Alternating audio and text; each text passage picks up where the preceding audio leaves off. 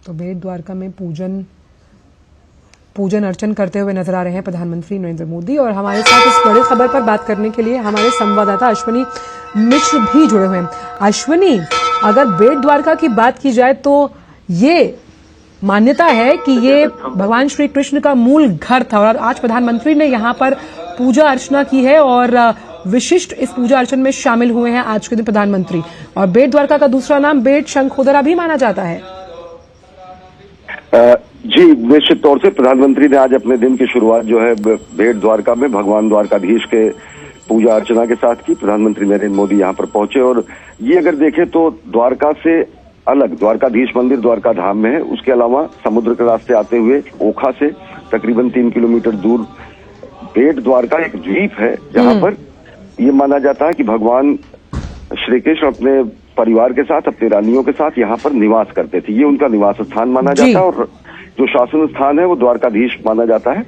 तो वहां पर प्रधानमंत्री नरेंद्र मोदी पहुंचे, उन्होंने पूजा अर्चना की और यहाँ पर ध्वजा वंदन की परंपरा है। परंपरागत तरीके से जो पूजा अर्चना की जाती है भगवान श्री कृष्ण की, यहाँ पर जो मूर्ति है वो बालू की मूर्ति मानी जाती है और ये माना जाता है कि माता रुक्मिणी ने ही अपने हाथों से इस मूर्ति को बनाया है।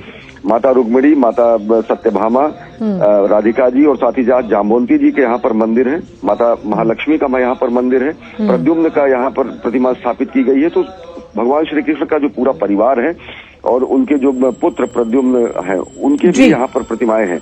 तो ये बेहद पौराणिक महत्व, ऐतिहासिक महत्व का स्थान तो है ही, साथ ही साथ मुख्य जो द्वारकाधीश का मंदिर माना जाता है वो यही माना जाता है।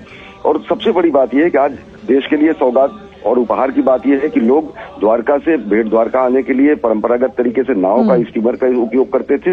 वो जो एक श्रम साध्य स्थिति होती थी यात्रा की, तीर्थ यात्रा की, वो अब समाप्त होगी।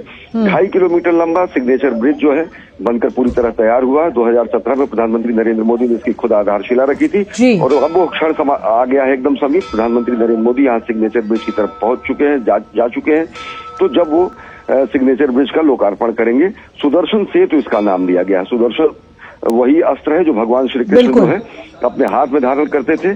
तो अगर देखें तो भगवान सतयुग में अगर द्वापर युग में भगवान के हाथ में सुदर्शन चक्र होता था तो आज हम इस बात का गौरव कर सकते हैं। तो मां भारती की मणिमेखला के रूप में, करधनी के रूप में कहीं न कहीं एक सुदर्शन सेतु है। एक चीज अश्विनी ये भी हम समझना चाहते हैं आपके जरिए का नमूना है। जी, एक जरिए हम आपके जरिए ये भी समझना चाहते हैं कि मान्यताओं के अनुसार ये कहा जाता है कि बहुत कम लोग जानते हैं कि द्वारका को 3 भागों में बांटा गया है, जिसमें मूल द्वारका, गोमती द्वारका और बेट द्वारका। ये भी कहीं न कहीं इस तरह की मान्यता है कि ये वही जगह है जहां श्री कृष्ण ने अपने परम मित्र सुदामा से भेंट की थी।